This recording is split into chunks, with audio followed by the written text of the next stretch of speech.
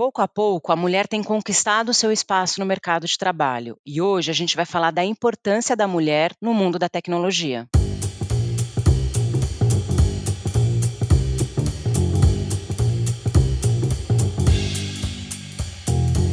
Olá, começando o episódio inédito do Foca no Trabalho, seu podcast semanal, onde a gente fala sobre trabalho, empregabilidade e essa semana a gente vai falar sobre mulheres na tecnologia. Eu sou a Lê Falsarella e hoje, infelizmente, a Bruna não está aqui conosco por questão de agenda, mas fique tranquila que a gente está com uma convidada muito especial para falar sobre esse tema. Nós estamos com a Karine Ros, que é da Somos Niwa, e assim, Ká, tô super animada, falei antes da gente começar a gravar, eu tô muito feliz com a sua vinda. Quero de novo agradecer pelo seu tempo, pelo espaço.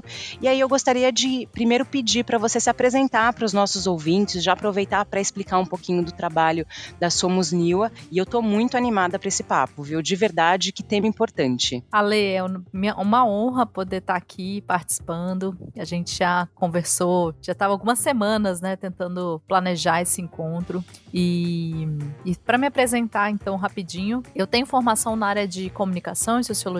Acabei fazendo uma transição de carreira para trabalhar na área de tecnologia. E foi aí que eu comecei a perceber o quanto o mercado era altamente sexista. Por conta dessas algumas situações que eu passei no mercado de trabalho, a gente vai trocar logo mais, eu acabei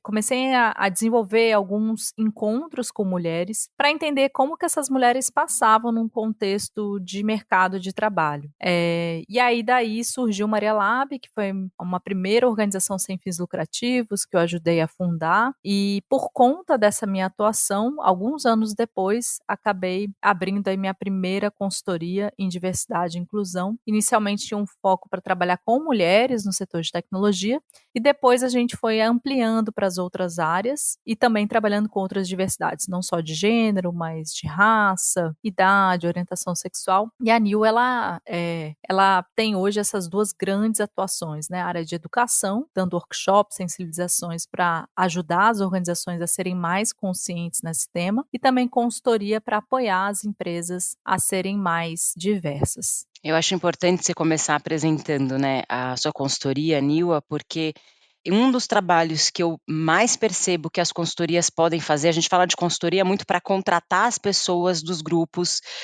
minoritários, mas pouco se fala de orientação.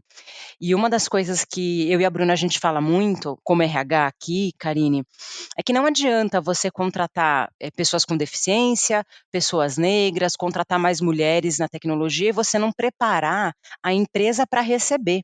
E o RH que está nos ouvindo, que eu acho que esse episódio vai ser para todo mundo, mas o RH que escuta a gente, vou deixar aqui a mensagem: não adianta você contratar pessoas de grupos de diversidade e você não preparar a sua organização, o clima, como vai receber. Senão a gente tem aquelas histórias terríveis, né? Que eu vou só citar aqui, que nem quero entrar nesse detalhe, eu quero trazer o lado positivo, o lado da transformação, mas a gente tem aqueles casos horríveis da pessoa que se sente totalmente fora do contexto que está ali, acaba sendo direcionada para uma atividade irrelevante. Se a gente pegar principalmente pessoas com deficiência, isso é muito mais forte, né? Eu vou contratar pessoas com deficiência por conta da cota. Legal, você fez acessibilidade física do seu prédio? Porque daí você contrata uma pessoa cadeirante, por exemplo, uma pessoa que usa cadeira de rodas, ele não consegue acessar o prédio.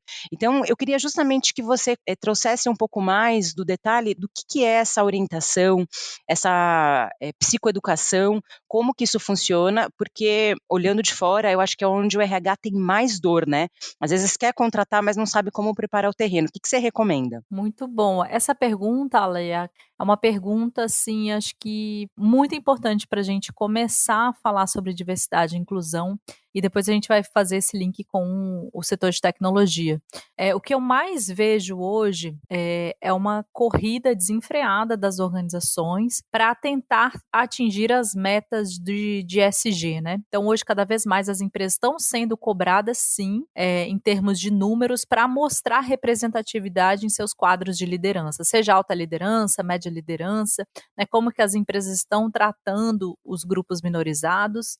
E um ponto que você traz à sua fala é muito importante porque não é só número, né? Essas pessoas realmente precisam estar incluídas. E inclusão significa sentir pertencente, se sentir conectada, ser um ambiente de segurança psicológica, né? Onde eu sinta que eu possa falar sem ser interrompida, onde eu sinta que eu tenho legitimidade, né, do meu trabalho, as pessoas reconhecem meu trabalho. E eu passei por muitos desafios, como eu falei, né, no início da minha jornada, quando eu tinha feito a transição, área de humanas, né, uma área muito feminina, mas o setor de tecnologia é um setor ainda que a gente precisa avançar muito, né?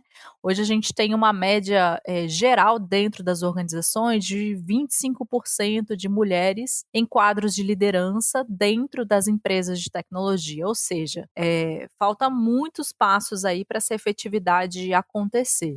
E eu entendo que acho que o primeiro passo, né, quando a gente está falando, ok, tem um problema dentro dentro da minha empresa, quero tentar resolver. O que que eu faço? Eu diria que a primeira coisa, antes de contratar mulheres, pessoas negras, pessoas com deficiência, é ouvir as pessoas que já são da sua empresa, desses grupos. Como que essas mulheres estão se sentindo? Quais são as dificuldades que elas estão passando? Né? O que que elas entendem que são desafios do trabalho dela que podem apoiá-las a continuarem a jornada delas dentro da empresa. Então, esse trabalho parece bobo, mas ele não é feito. O que que costuma ser feito? Vamos contratar. Essa é uma demanda de mercado, né? Preciso também cumprir as agendas de diversidade, preciso trabalhar a minha imagem, né?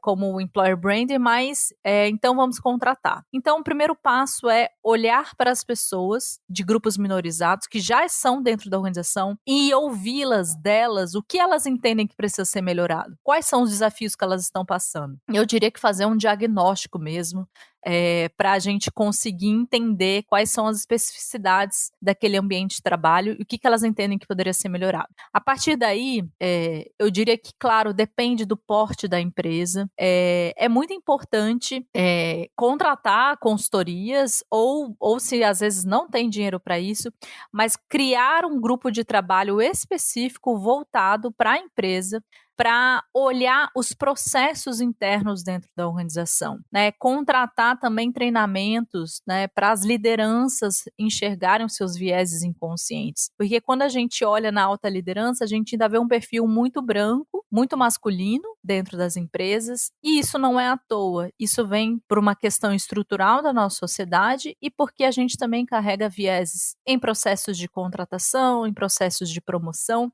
E se eu sou uma empresa que efetivamente quero fazer a diferença, não só mostrar números, né? Não só fazer o tal do diversity washing, que é dizer que está fazendo, mas na prática não faz, eu vou querer capacitar as pessoas dentro da minha organização para lidar isso de uma maneira ética, sustentável e continuada, né? Então eu diria que tem esse passo inicial que é entender como está a minha empresa, e daí traçar metas, né? Criação de processos, trabalhar educacionalmente, né, os colaboradores e as lideranças, porque obviamente não é só fazer um workshop no Dia Internacional da Mulher, né, no mês da consciência negra, né? Você vai criar uma programação continuada para educar as pessoas dentro da sua organização. Não, e é muito importante a gente começar com esse depara, né, que a gente dentro da tecnologia, as pessoas que são da tecnologia sabem melhor do que eu, que a primeira coisa que você faz quando você vai fazer qualquer processo é o famoso como que a gente está e como que a gente quer ficar.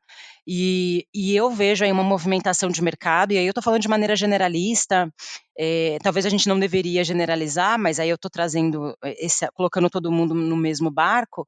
Claro que tem muitas ressalvas, tem muitos cases de sucesso, mas uma coisa que você falou que é fundamental, não adianta querer ser uma empresa diversa e inclusiva só para mostrar no LinkedIn, no seu employer branding, e vender, porque aí você cria dois problemas. Eu acho que o RH que está ouvindo a gente é importante pensar. tá.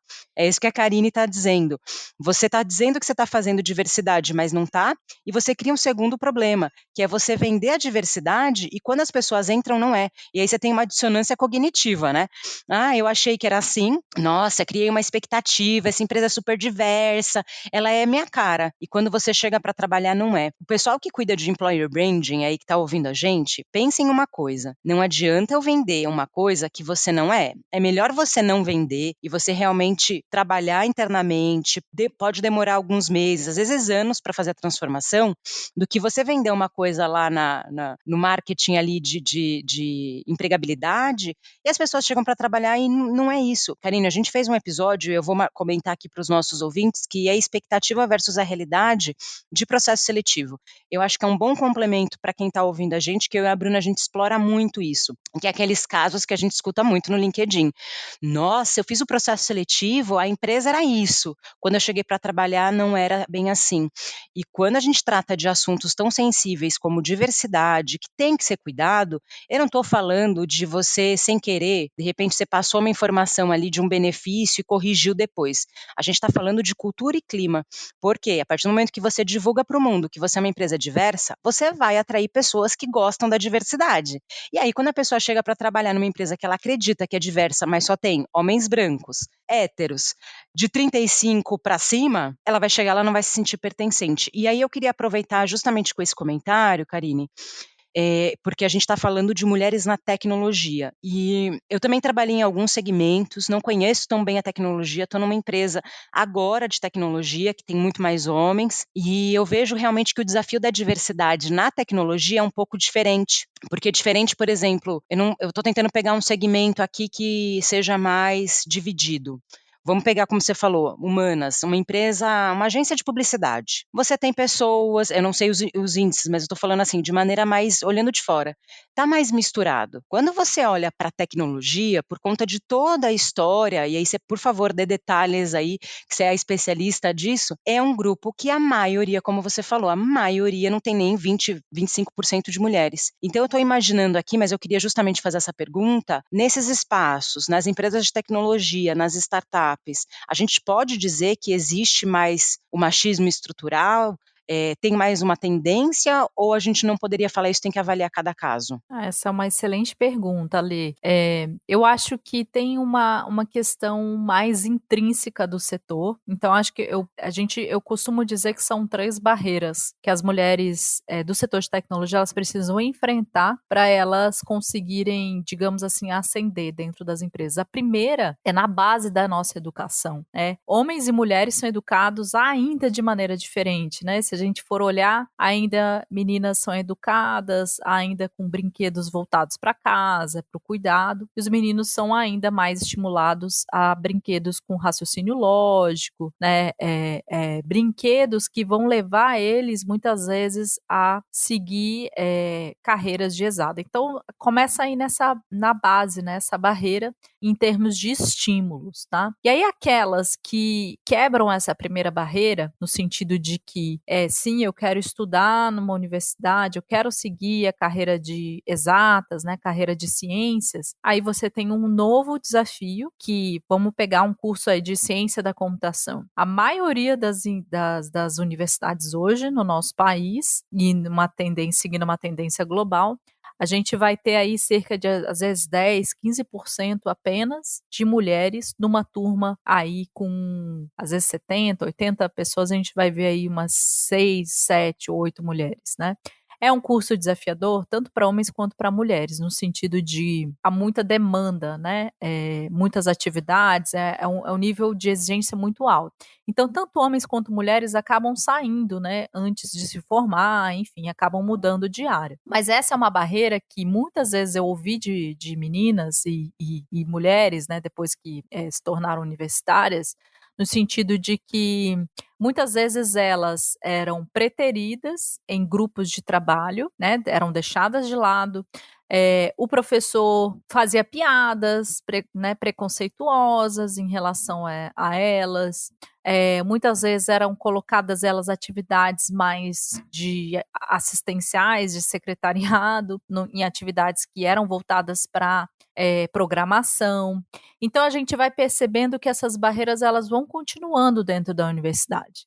E as poucas que saem da universidade e vão para o mercado de trabalho é como um funil. A gente ainda vê um ambiente. E aí eu estou falando principalmente do setor de desenvolvimento, né, de programação, que é um setor ainda muito masculino. Pode ser que a gente fale assim, Cá, o setor, por exemplo, de produtos, ainda você vê mais mulheres, né? O setor de tecnologia é um setor muito grande. Mas se a gente for pegar ainda setores mais desafiadores, né, como o de programação, como o de infraestrutura, a gente ainda vai ver pouquíssimas mulheres nesse setor. Então é esse funil aqui, como a gente está falando. E aí, qual que é o padrão que a gente tem visto dentro de muitas pesquisas que já têm sido feitas nesse tema? As mulheres, aquelas que quebram essas barreiras, depois de 10 anos, mais da metade dessas mulheres saem do mercado de trabalho por questões estruturais. Que tipo de questões? Não tem planejamento claro em relação à carreira delas, não é algo estruturado, sofrem preconceito, estigma dentro do contexto de trabalho, muitas vezes assédio, né? E aí, depois de 10 anos, quando ela percebe que ela está estagnada, ela não foi promovida e os colegas dela, que às vezes tinham menos experiência que ela, estão sendo promovidos, ela fala assim, gente, isso aqui, eu não vou ficar aqui nessa empresa, né? Ou eu vou mudar de área, porque isso aqui não é para mim. Então, o tempo todo, é como se ela estivesse ouvindo no ouvido dela, isso aqui não é para mim, esse ambiente não é para mim, eu não me sinto confortável nesse espaço. Então, essa é um pouco dessa realidade. Então, eu diria que é uma questão estrutural, é uma questão educacional e é uma questão das empresas serem, de fato, inclusivas, né?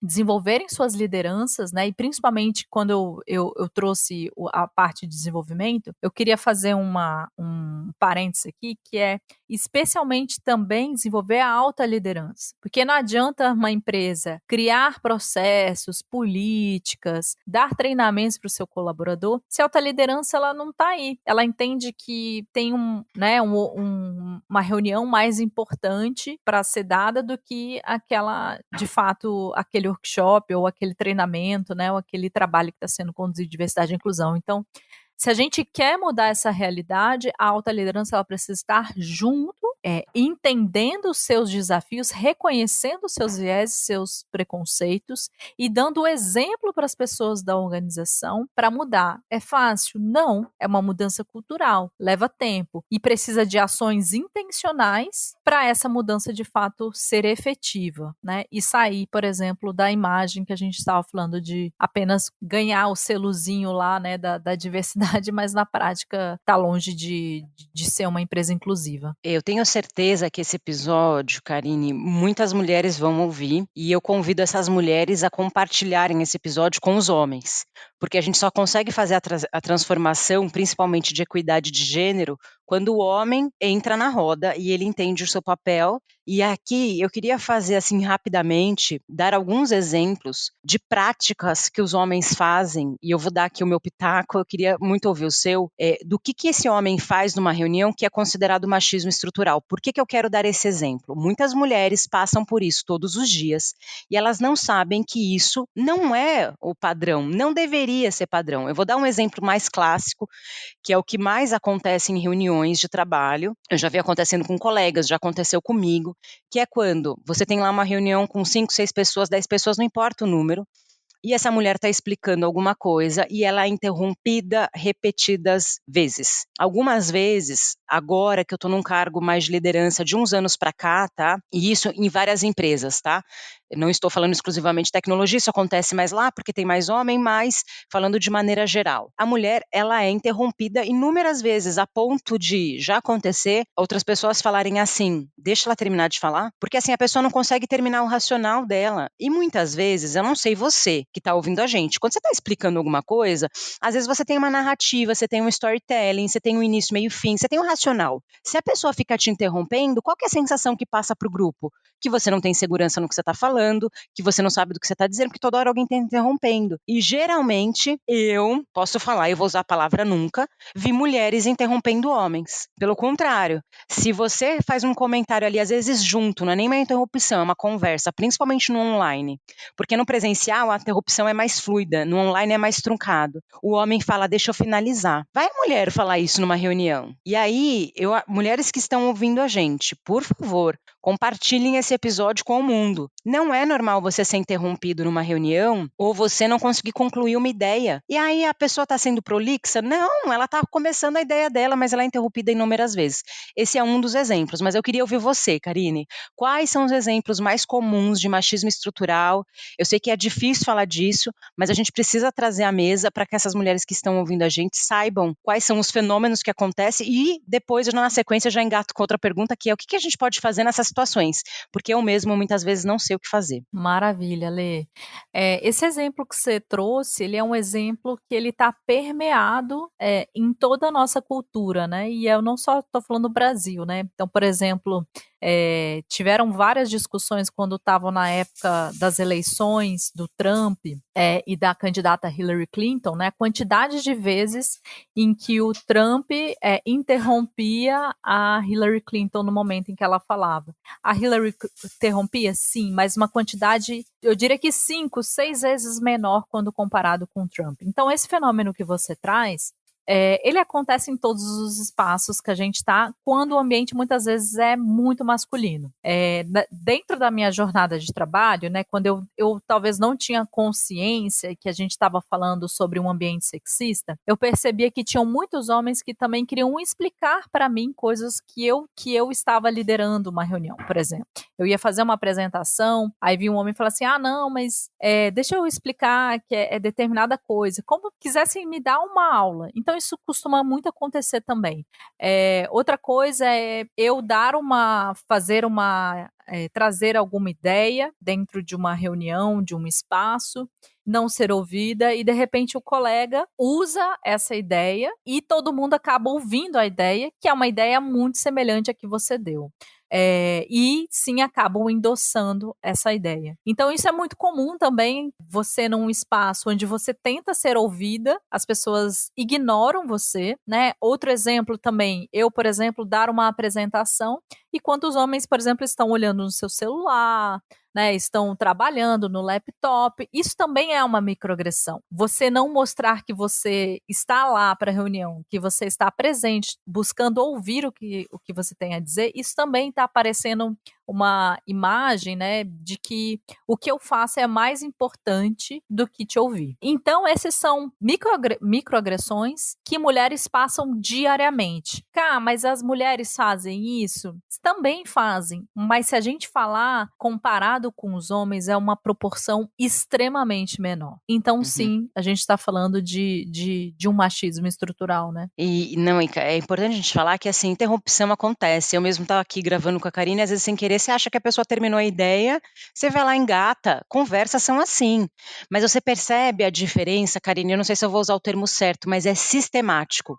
Tem uma coisa que eu percebo muito, eu vou fazer esse complemento que eu lembrei agora com a sua fala, quando você está explicando alguma coisa com animação, com energia, e eu sou uma pessoa que eu tenho muita energia, né? A gente grava podcast, eu falo muito para fora, eu não tô brava, eu tô tranquila, mas eu tô animada. E aí eu tenho que ficar ouvindo o dia inteiro para eu me acalmar, sendo que eu não estou nervosa. E eu sou uma pessoa, e vou dividir aqui meu coração com os ouvintes. Gente, quando eu tô nervosa de verdade, nervosa, irritada, geralmente eu me expresso através de choro. Quando eu estou muito irritada, muito fora de mim. Que ainda bem que graças à terapia isso é raro acontecer, mas acontece porque todos somos seres humanos. E quando eu tô muito irritada, quando eu tô muito frustrada, quando acontece algo muito fora do meu controle, dificilmente eu vou gritar, dificilmente eu vou espernear, eu vou estar chorando, sei lá. Quando meu gato chegou aqui machucado, eu entrei em desespero. No trabalho, que está um ambiente controlado, que está tudo dando certo, que eu estou animada numa reunião, eu não estou nervosa. Então, não me peçam calma. E eu percebo que é uma fala contínua, Karine. As mulheres explicando algo com animação, que na versão masculina seria nossa, que assertividade, que homem animado, que pitch de vendas maravilhoso. E quando a gente faz o mesmo movimento, a gente é vista como uma pessoa fora do normal. Porque se você tá me pedindo calma, significa que eu tô nervosa, significa que eu sou louca. Não, eu não estou nervosa, eu só estou animada. E eu acho que é importante a gente conversar sobre isso, trazer esses exemplos para as mulheres que estão ouvindo a gente, porque mulher que você está me ouvindo, você está numa reunião, você está explicando alguma coisa, e aí eu queria o seu guidance aqui, Karine, sua mentoria, do que a gente como mulher pode fazer. Porque, por exemplo, quando eu estou numa reunião e eu sou pedida calma diversas vezes, aí eu vou falar que eu começo a ficar irritada. Eu não fico nervosa, mas me incomoda, não tem jeito. Eu estou falando uma coisa animada, estou dando um pitch, apresentando um projeto. E aí vem o que eu chamo carinhosamente, né, de macho palestrinha, que é aquele cara que quer me explicar o meu próprio trabalho, né? Eu acho muito bacana, porque isso acontece até dentro da nossa família, né? Vou dar um exemplo aqui bem prático, Karine, de pessoas da minha família, que aí eu vou deixar anônimo o nome, que né, a pessoa pode estar ouvindo, que é, eu fiz psicologia que foram 5 anos, eu sou pós-graduada em psicologia organizacional, e eu fiz um MBA em gestão ágil de projetos, que não é psicologia, mas ok. E aí trabalho em RH vai fazer 20 anos. E aí eu estou explicando sobre personalidade, ou a gente está fazendo um comentário, é claro que não é porque você não fez psicologia que você não sabe das coisas, mas é diferente quando uma pessoa quer te explicar o seu próprio trabalho. E aí é muito engraçado, porque eu adoro quando as pessoas querem me dar palestras sobre psicologia do trabalho, sendo que eu trabalho há 20 anos, e geralmente a pessoa está falando algo muito inadequado, e você vai lá e só fala assim, ó, o caminho é mais ou menos por aqui, e eu particularmente sou bem diplomática. Se a pessoa está falando algo muito fora da casinha, eu nunca vou expor a pessoa e falar, tá errado o que você está dizendo. Não, você olha, pelo que a gente percebe aqui no trabalho, no dia a dia, é mais ou menos esse caminho. E a pessoa insiste, eu gosto de chamar carinhosamente de macho palestrinha, e aí geralmente essa pessoa tem esse perfil também. Quando você fala de maneira animada, ele pede calma. Então assim, o que a gente pode fazer, Karine? O que você recomenda? Porque é uma coisa dentro da minha família. Eu tenho intimidade com a pessoa, eu posso ir lá dar um toque para aquele tio do pavê, eu posso, né, dar ali não é bem assim, mas dentro do trabalho é um pouco diferente. O que você recomenda que a gente faça nessas situações? Essa pergunta ela é muito boa porque os exemplos que você trouxe, eles reforçam estereótipos de gênero, né? No sentido de que a gente volta de novo para a nossa educação, né? Machista. Qual que é a educação que se espera das mulheres? Que ela não fale alto, né? Que ela use determinados tipos de roupas, tenham determinados tipos de comportamento. E tudo aquilo que sai dessa caixa, ela é, por exemplo, vista como você trouxe muito bem esse exemplo, né? Ah, eu falo alto. Eu falo assim, nossa, você tá brava, né? E para um homem, quando a gente vai fazer essa comparação, nossa, ele é assertivo, né? Ele fala muito bem, é uma excelente liderança. E para a mulher, a gente tem exatamente tipos de pejorativos, né? Então, exemplos pejorativos para as mulheres. Uma coisa acho que é muito importante, assim, quando a gente está falando de um contexto organizacional, é a gente ir já estratégica para dentro das reuniões. Como assim, Cá?